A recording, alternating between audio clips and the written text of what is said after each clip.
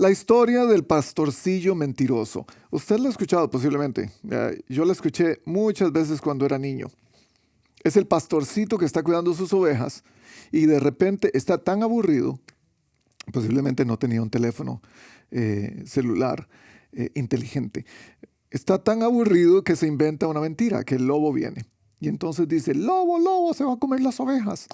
La gente del pueblo viene para darse cuenta que él está muerto de risa porque hizo la broma del día. Todos se van enojados. La siguiente vez hace lo mismo.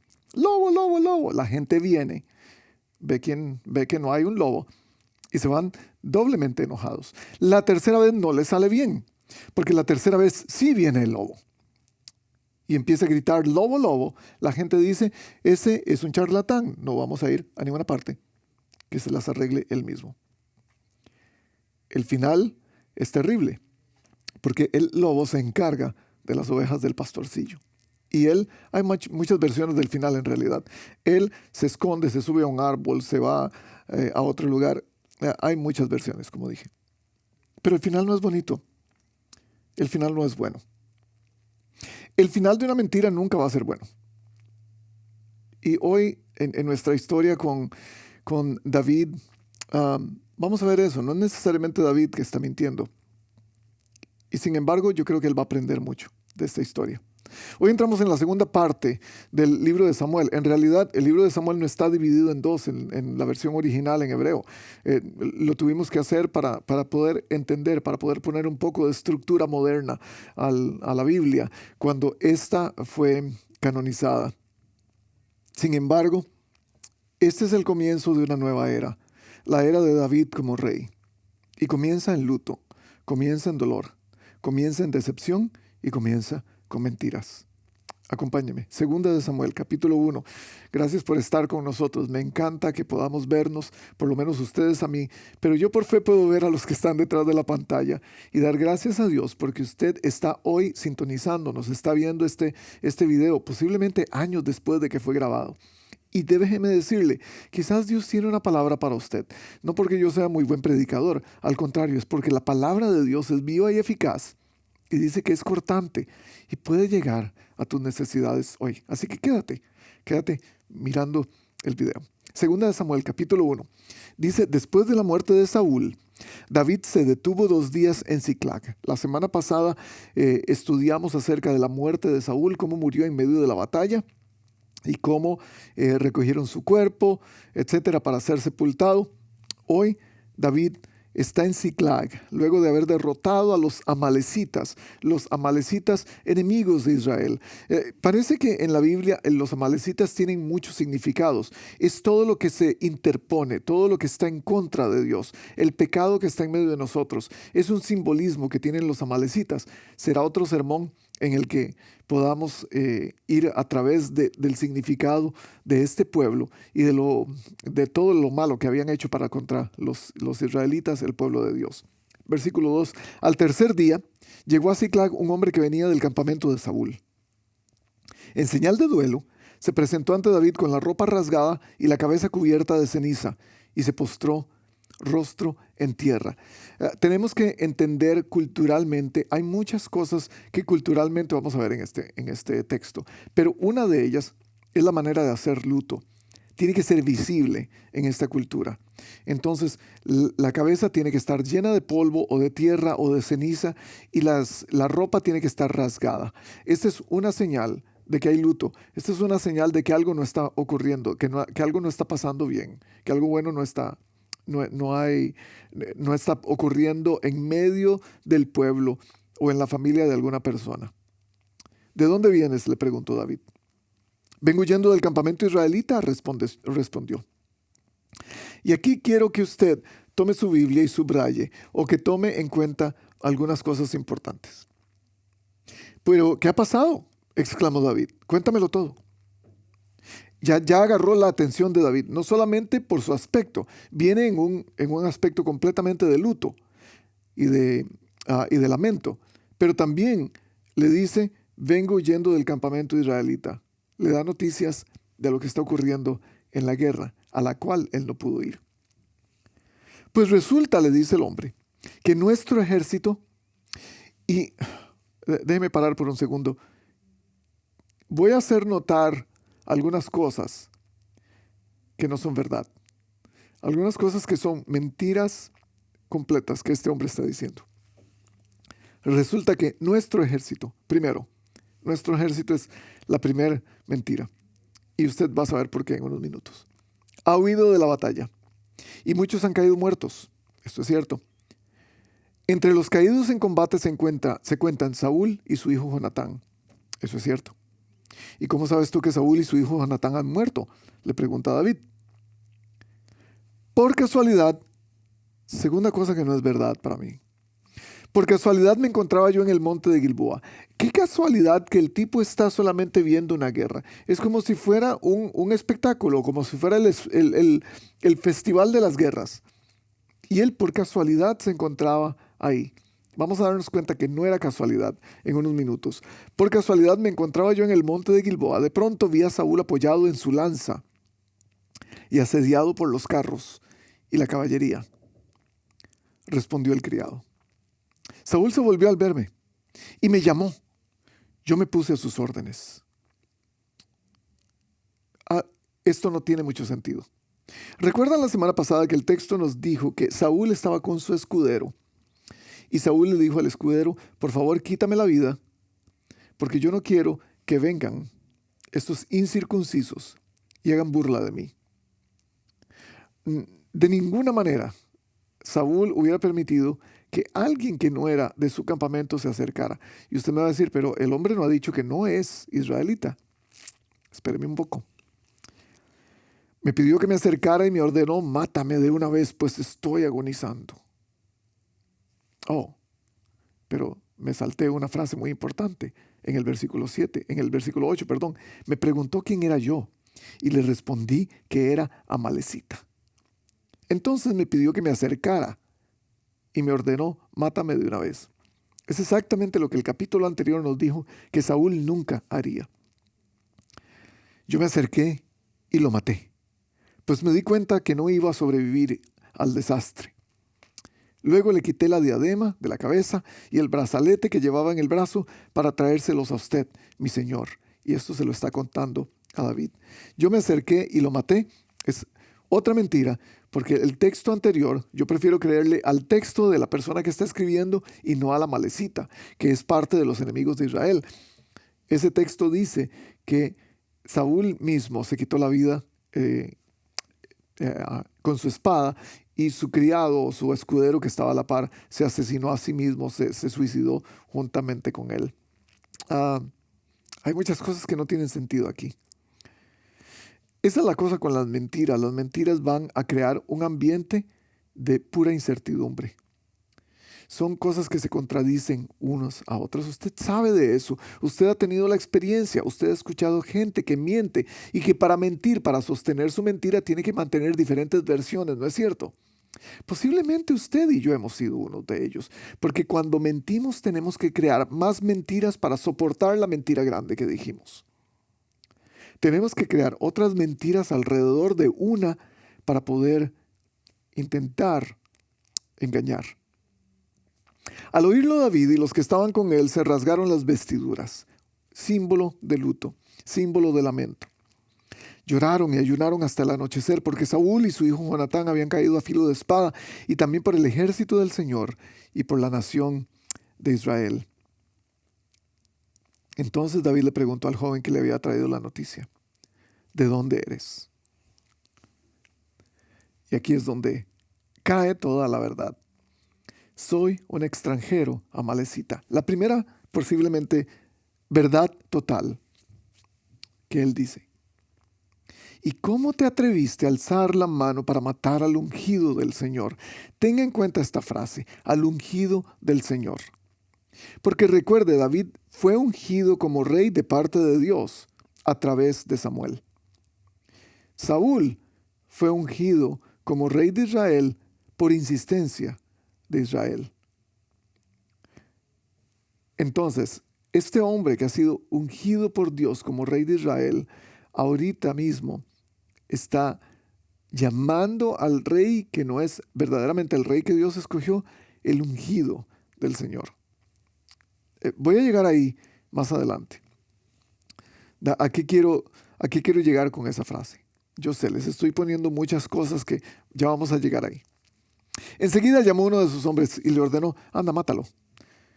Cumplió la orden y lo mató. Y por su parte David dijo, que tu sangre caiga sobre tu cabeza, tu boca misma te condena al admitir que mataste al ungido del Señor. Tu boca misma te condena. ¿Te ha condenado tu boca alguna vez? Y este asunto de mentir y de decir cosas que son medias verdades, es un asunto serio, gente.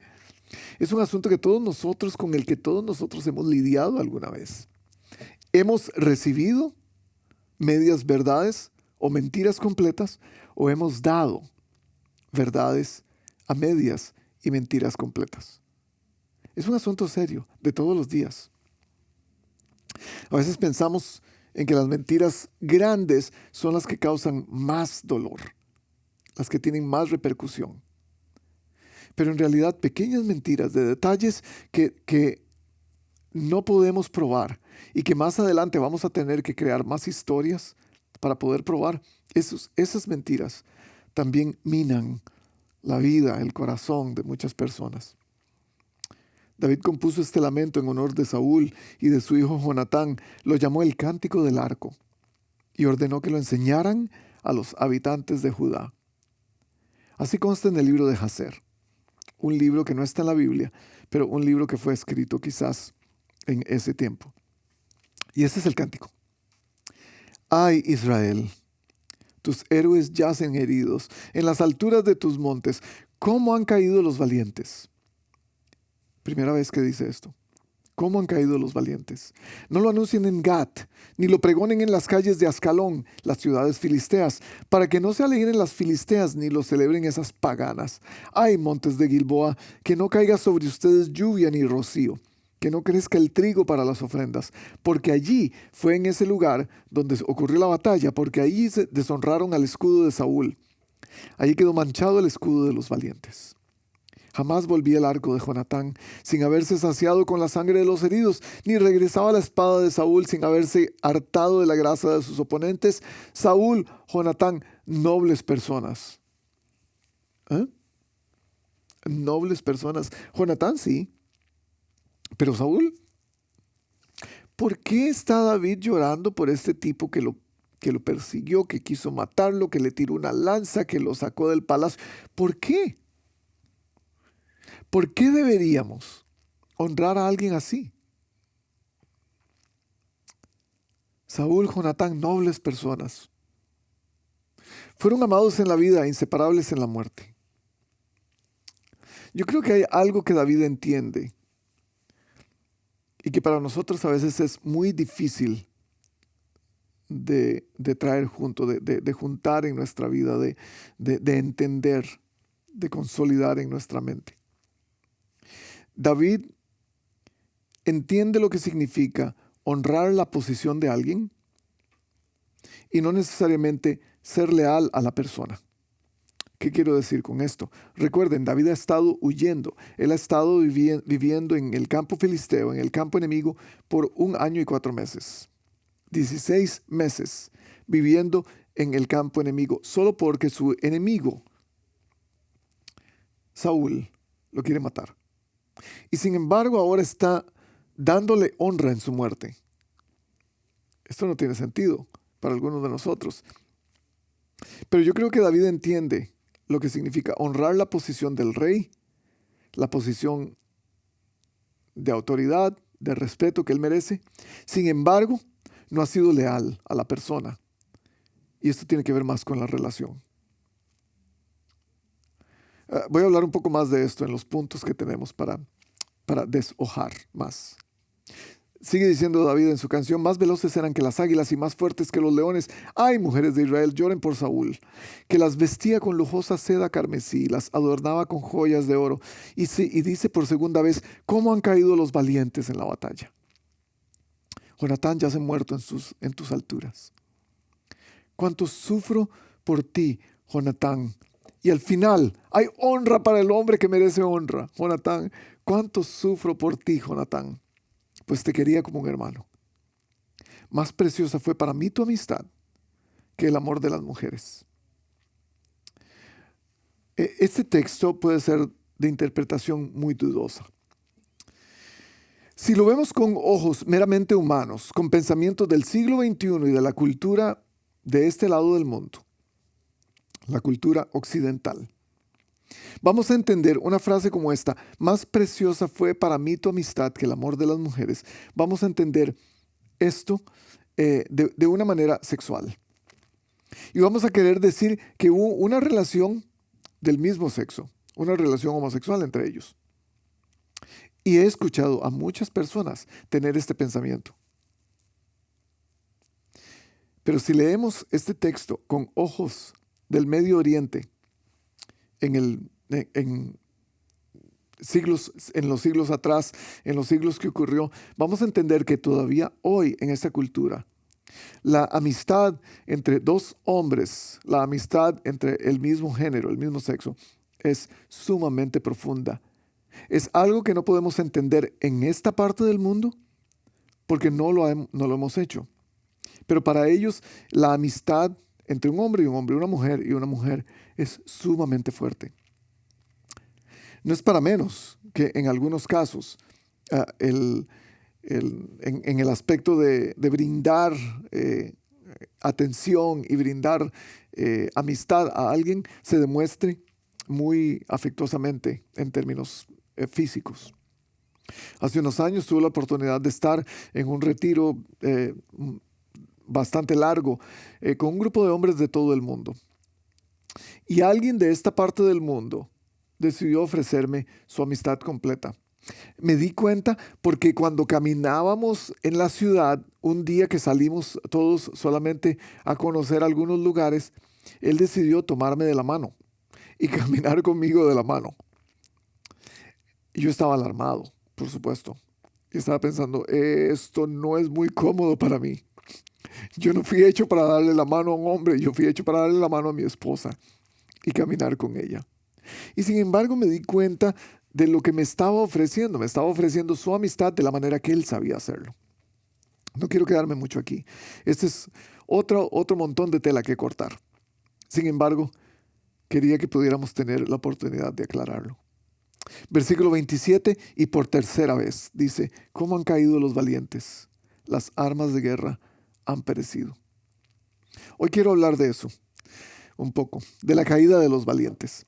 Porque hay muchos valientes en el campo de batalla, hay muchos valientes dentro de la iglesia, hay muchos valientes en todo el mundo que caen frecuentemente. Caen frecuentemente por aspectos muy sencillos. Y en el que quiero basarme hoy es en el aspecto de lo que dicen, de las mentiras. En este vicio o esta costumbre o este modo de vivir que algunas personas tenemos, de mentir frecuentemente y de estar bien con eso, de vivir en una mentira completa. Mentira significa que hay una afirmación que no es verdad. Eso es una mentira. Afirmar algo que no es verdad. Y déjeme hablar de tres maneras que está expresada la mentira. La mentira está expresada en lo que decimos. Es cuando cubrimos la verdad, expresar lo que no es verdad, afirmar lo que no es verdad. Voy a darles un ejemplo. Esposas y esposos. Cuando ustedes están en lo mejor de la discusión, entonces usted le dice, es que la esposa le puede decir, tú llegaste tarde. Y el esposo le dice, claro, estuve trabajando. Cuando él sabe que no es verdad. Hay otro tipo de mentira. Es expresada en lo que queda sin decir. Si la primera manera de expresar mentiras es lo que se dice, la segunda es lo que queda sin decir, lo que no se dice. Entonces, por ejemplo, voy a darles un ejemplo muy clásico. En mi casa, con mis hijos, de repente aparece un paquetito, un envoltorio de dulce en la mesa, misteriosamente. Y entonces pregunto, ¿quién se comió este dulce? Y hay silencio completo en la casa. Porque nadie va a admitir que fue alguno de los dos niños que se lo comió. Lo que dejamos sin decir pueden ser mentiras también. Y la tercera manera es lo que se cree, lo que creemos que es una mentira. Nadie nos lo dice, pero nosotros lo creemos y estamos seguros de que eso es lo cierto. Por ejemplo, yo sé que nunca nadie me va a amar de nuevo. No es cierto, pero no lo creemos. Tú nunca me escuchas en una discusión con el marido o en una discusión en el trabajo. Usted nunca me escucha, nunca pone atención a lo que digo. Es algo que yo creo que es mentira, que yo creo que es verdad, pero que yo mismo me digo. ¿Qué es? Déjeme comenzar con esto, con las cosas que tenemos que escribir hoy. Tome sus notas. Están, por cierto, iglesianorcos.com. En los sermones usted puede encontrar sus notas ahí mismo. La primera cosa que quiero compartir hoy. El producto de la mentira siempre será muerte. El producto de la mentira siempre será muerte. Y hay diferentes tipos de muerte cuando uno miente. Y quiero ir por cada uno de ellos. Miren lo que le pasó a este hombre. Por mentir, por cambiar la historia, por cambiar la verdad, él pensó que estaba haciendo algo bueno. En realidad, los comentaristas de la Biblia dicen que lo que quería este hombre era traerle la corona y los brazaletes de Saúl a David para que Saúl hiciera fiesta y dijera: hey, mataste a mi peor enemigo, te voy a dar una recompensa. Es un cazarrecompensas, básicamente, que estaba viendo entre los cuerpos caídos en el ejército, posiblemente uno de los soldados de los amalecitas, porque recuerden que los amalecitas eran buenos para evacuar, para sacar todo lo que, y robar y saquear, es la palabra que andaba buscando, para saquear todo lo que tenían los ejércitos o los pueblos a los que derrotaban. Este tipo era un cazarrecompensas, un cazatesoros. Se dio con la suerte de encontrar a Saúl, inventó una historia y vino con David. Eso le costó la vida. Algunas veces no pensamos que la mentira puede costarnos la vida. Déjeme darle algunos ejemplos de cómo puede costarnos la vida. La mentira crea la muerte de la confianza. Porque alguien nos confía un secreto, alguien nos da su corazón, nos confía algo importante y nosotros rompemos eso. Y usted sabe, es esa conversación que alguien viene y nos dice: tengo que contarte algo, pero por favor no se lo cuentes a nadie. Y le decimos: claro que sí, no se lo voy a contar a nadie. Y este es el tipo de gente al que una cosa le entra por una oreja y le sale por la boca. No le sale por la otra oreja, le sale por acá, se desvía. Y entonces confío lo suficiente en alguien como para ser vulnerable, contarle mis cosas, pero ese alguien traiciona la confianza y diciendo algo diferente a lo que yo le dije, o habiéndome engañado, habiéndome mentido, diciendo que no iba a decirlo, acaba con esa confianza. La mentira causa la muerte de la confianza. La mentira también causa la muerte de una relación. Cualquier relación tiene un nivel básico de confianza. Cuando no hay confianza en esa relación, la relación puede morir. El nivel de la relación que usted tenga con alguien depende de la confianza que usted tenga en ese alguien, ¿no es cierto? Cuando se ofrece mucha confianza y se rompe, la relación puede morir. Hay quienes no hablan con alguien por años. Hay quienes no tienen contacto con su papá, con su mamá, con su familia, con su esposa, con sus hijos por años, porque la confianza se rompió, la confianza murió, entonces la relación también murió. Y es todo porque alguien cree una mentira del otro. Y muchas veces alguien nos cuenta algo acerca de una persona y eso hace que la relación muera, ¿no es cierto? Muchas veces nosotros, por no ser sabios al usar nuestras palabras y querer añadirle un poquito más, poder exagerar de paso.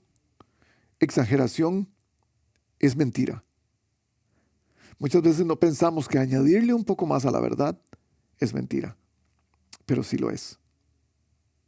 Puede morir la confianza, puede morir la relación, pero también es la muerte de la integridad. La muerte de la integridad de la persona que miente. Integridad es hacer lo correcto aunque nadie sepa que lo estás haciendo. Es asegurarte de que las cosas que dices y las cosas que hacen estén alineadas. Es ser la misma persona donde quiera que estés. Con integridad no tienes nada que temer porque no tienes nada que esconder. Pero la persona que miente, como tiene que contar diferentes versiones de la mentira que dijo para poder sostener esa mentira, no puede tener integridad. Porque está tratando de traer cosas nuevas a colación. Con integridad te importa más una dura verdad que una mentira fácil. Pero cuando muere la integridad, puedes hacer lo que sea. No hay ningún tipo de restricción moral que te diga no hagas eso, no digas eso. Aunque vaya en contra de lo que crees, no importa. Entonces puedes decir que eres amalecita, pero que viniste del campo israelita. Puedes decir que, sí, yo maté al rey, pero no, en realidad no lo maté. Eso le pasó a la amalecita y nos puede pasar a nosotros. ¿Cuántas versiones diferentes cuentas de tus historias?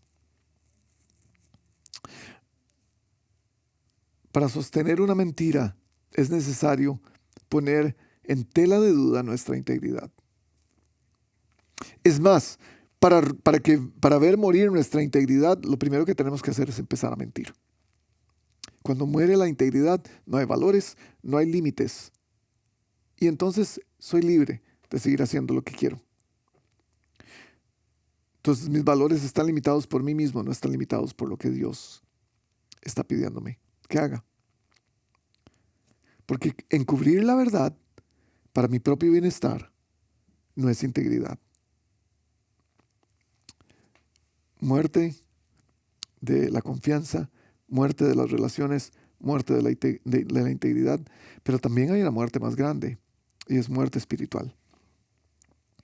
Es la muerte de la que nos habla Romanos 6:23, porque la paga del pecado es muerte, mientras que la dádiva de Dios es vida eterna. Pero si no consideramos la mentira un pecado, vamos a pensar que estamos bien. Entonces nuestra integridad va a seguir muriendo cada vez más, pero también nuestra vida espiritual. Proverbios 19:9 dice esto: el testigo falso no quedará sin castigo, sin castigo. El que difunde mentiras perecerá. Y ese es el llamado de atención para nosotros hoy. ¿Cuánto estoy pereciendo cada día? ¿Cuánto estoy muriendo cada día? Porque no paro de decir mentiras. ¿Qué cosa usted dijo hoy que no es completamente la verdad? Aquí entra todo el asunto de mentiras blancas, porque decimos que una mentira blanca es para proteger a alguien. No, una mentira blanca es igual de pecado que una mentira negra, azul, amarilla o roja. Es que no es el color de la mentira, es la intención de cubrir la verdad, de decir lo que no es cierto. Con mentiras no podemos honrarnos a nosotros mismos. No podemos dar a los otros una impresión de que podemos ser, de que pueden depender de nosotros, de que podemos ser confiables. Es imposible. Si la confianza no está, si la relación ya no existe, si no tenemos integridad, ¿qué nos queda? La paga del pecado es muerte. ¿Cómo ganar nuestra integridad? ¿Cómo si estamos en ese baile de no saber si soy íntegro o no, de no saber si lo que digo totalmente es mentira o es inventado o le estoy poniendo, estoy exagerando? ¿Cómo salir de ahí? ¿Cómo saber si lo que estoy haciendo verdaderamente está trayendo integridad a mi vida? Bueno, David lo hizo de esta manera y es el número 2. El honor que das a otros demuestra tu integridad. Porque muchas veces vas a tener que darle honor a la persona que no te gustó. Y sin embargo, es íntegro hacerlo. Déjeme probárselo. David no necesitaba honrar a Saúl en su muerte, pero lo hizo. ¿Por qué? Una vez más, lo dije antes, él no estaba ahorrando las acciones de Saúl, él no estaba ahorrando la personalidad de Saúl. Él no estaba honrando la manera que Saúl hizo su reino necesariamente. Honró su posición delante del pueblo, delante de Dios. Él era el ungido del Señor. Él era la persona que Dios había elegido, a pesar de que no era la persona escogida por Dios, pero la persona que Dios había ungido para ser el rey de Israel por ese tiempo. Y David lo entendía acerca de autoridad, entendía acerca de honra a la persona que tenía el puesto de autoridad. Él no honró las victorias de Saúl en su vida. Él honró la victoria de Saúl al intentar ser el líder de Israel para ganar esa batalla que perdió. Déjeme aclarar esto. Lo que estaba honrando David no fue todo el éxito que tuvo que tuvo Saúl durante su vida. Lo que estaba honrando David era el intento que hizo Saúl para defender a su pueblo, a pesar de que perdió la batalla. Esta es la cosa. No deberíamos recibir honor por lo que hemos obtenido. Deberíamos recibir honor por lo que hemos dado. David no estaba dándole honor a Saúl por las batallas ganadas. David le estaba dando honor a Saúl por lo que él había dado para su pueblo. Y en este caso, Saúl había dado su vida por su pueblo. David lo reconoce, lo honra y llora por él. Éxodo 20:12 nos recuerda algo importante en esto de la honra. Honra a tu padre y a tu madre para que disfrutes de una vida larga. No dice para que tengas una vida larga, sino que disfrutes de una vida larga en la tierra que te da el Señor tu Dios. Honra a tu padre y a tu madre. Hay una promesa para que disfrutes tu vida. Y yo me pregunto, ¿cuántos de nosotros estamos honrando a la gente que está alrededor nuestro? Porque a veces pensamos que la honra solamente la necesita o se la vamos a dar a una persona que haga algo bueno con nosotros, que nos trate bien, a la persona que nos sonríe, a la persona que hace lo que nosotros queremos hacer. Pero ¿qué tal la posición que Dios le dio a algunas personas para que nosotros honremos la posición y no necesariamente a la persona? El honor no es algo que se gana. El honor más bien es algo que no debemos perder. Saúl perdió su honor porque no quiso compartirlo con David en vida. Y esa es la cosa, el honor no es menos cuando se comparte, al contrario, es mucho mayor. Porque David ganó su integridad al darle honor a Saúl, posiblemente el honor que no merecía, pero él sabía que en su integridad tenía que darle honor a quien fue el rey de Israel. Y parte de ese honor fue llorar por él, y llorar bien. Y yo creo que, tomando en cuenta lo que hablamos hace 2 semanas, acerca de no quedarnos en el lugar donde lloramos y vivir ahí, hacer del lugar de llanto, del lugar de dolor, nuestra dirección permanente, yo creo que David nos enseña cómo llorar de alguna manera en este capítulo. Le escribe una canción de dolor a Jonatán y a Saúl. Nuestra vida es una canción de adoración. Algunas veces esa canción de adoración va a ser alegre, va a ser gozosa. Algunas veces va a ser triste. Y es por eso que he dicho muchas veces que debemos traer ante Dios, ante el altar de Dios, nuestra adoración tal y como somos, tal y como estamos. Eso es integridad. Es ser el mismo cuando lloro que cuando río, pero que eso sea mi acto de adoración a Dios. Dios puede recibir mi canción de dolor también. David nos enseña eso, la primera cosa. También nos enseña a recordar a los que perdimos, a tener memoria, a honrar lo que dieron los que perdimos. Es darle valor a las personas que ya no están con nosotros. Algunos de ustedes han perdido gente a través de COVID. Algunos de ustedes han perdido gente a través de enfermedades o accidentes terribles. El honor de esas personas no está en lo que no dieron, más bien está en lo que dieron. Y ahí es donde podemos mostrar un dolor real, no un dolor fingido. Y permitirnos a nosotros sentir. David se permite a sí mismo sentir, se rasga las vestiduras y hace ayuno todo el día. Está bien mostrar el dolor. No hay debilidad en ello. Y es importante darle a otros también el permiso de hacerlo.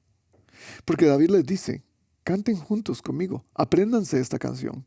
Esta es una canción de luto, es una canción de dolor. Apréndanla conmigo, cantémosla juntos, hagamos esto juntos. Romanos 12:15 dice, alégrense con los que están alegres, pero también lloren con los que lloran. Gente, yo creo que en la cultura cristiana moderna tenemos una mala costumbre. La gente que está llorando, la gente que tiene dolor, la gente que ha perdido a un ser querido, la gente que está en un funeral, siempre tratamos de animarlos. Pero los animamos de manera incorrecta muchas veces. Y les decimos, no llore más. Está mejor, está con el Señor. Hay un nuevo ángel en el cielo. Yo creo que esas son frases bien intencionadas, pero que no tienen ninguna base teológica, no tienen ninguna base de lo que Dios quiere que hagamos. Hay que llorar cuando hay que llorar. Y hay que llorar bien. Y hay que honrar a aquellos que perdimos. Recordarlos bien. A pesar de que no fueron muy buenos en su vida, a pesar de que no hicieron muchas buenas cosas, pero si perdiste a tu padre, si perdiste a tu madre, honra la memoria de la persona que te dio a luz, honra la memoria de la persona que te crió. Eso es lo que quizás quiere decirnos este texto. Honremos la posición que tuvo esa persona en nuestra vida, lo que dio esa persona para nuestra vida. Tal vez no lo que fue, tal vez no las palabras que dijo. En fin, esa es la honra que deberíamos darles. Pero esta es la voz de alerta para nosotros. Número 3, hasta los más valientes pueden caer. Esto quiere decir que ni usted ni yo estamos exentos de caer. Todo el ejército israelita en ese día cayó. Saúl cayó. Jonatán cayó. Jonatán, el mejor hombre de la historia, cayó. Tuvo que pagar por el pecado de su papá. Saúl, el más obstinado de la historia. Posiblemente el malo de la película, si usted quiere ponerlo. Paga con su vida por desobediencia. Los amalecitas o el amalecita tuvo el valor de quitarle la corona a Saúl, pero tuvo que pagar con su vida. David, valiente, ungido de Dios, cayó en la trampa de su propia mentira. 16 meses viviendo en el campo enemigo. Pero se levanta de nuevo. Ese es, yo creo, un buen ejemplo que nos da David. Estoy viendo luz al final del túnel, porque David me ha decepcionado mucho. Y sin embargo, con este capítulo me da esperanza. Me da esperanza de alguien que tiene integridad. Me da esperanza que tiene alguien que quiere verdaderamente seguir a Dios. Y someterse. Y dejarse formar por Él. 1 Corintios 10:12 dice, si alguien piensa que está firme, tenga cuidado de no caer. Esta es la voz de alerta para usted y para mí hoy. Porque esto de la mentira es un asunto serio y está carcomiendo las más profundas entrañas de cada ser humano en todo el mundo. Mentir hoy es normal. Decir algo que no es cierto, distorsionar la verdad, ponerle un poco más, exagerar la verdad es muy normal hoy. Toma menos tiempo para hacer algo bien que lo que toma explicar por qué lo hiciste mal. Tomar la decisión de hacer el bien, tomar la decisión de no mentir, tomar la decisión de ser honesto, tomar la decisión de ser íntegro va a tomar menos tiempo que explicar por qué no lo hice en el principio. ¿En qué áreas podríamos estar cayendo? ¿Cuál es tu área de más debilidad, de más vulnerabilidad en términos de decir mentiras o de distorsionar la verdad? En tu casa, en tu trabajo, con tu esposa, con tu familia. Dios hoy te está llamando a que uses tu integridad y que empieces a decir, yo tengo que salir de acá. Yo tengo que salir del campo enemigo. Tengo que empezar a honrar a las personas que han dado algo y yo puedo ser uno de ellos. Lo que yo quiero darle a Dios es mi obediencia. Salir de mis mentiras, de mis historias creadas y empezar a vivir de acuerdo a lo que Dios tiene para mi vida. Ese es el mensaje de 2 de Samuel 1. Espero que lo podamos aplicar. Llore bien, mienta menos. Honre a los demás. Nos vemos la próxima semana.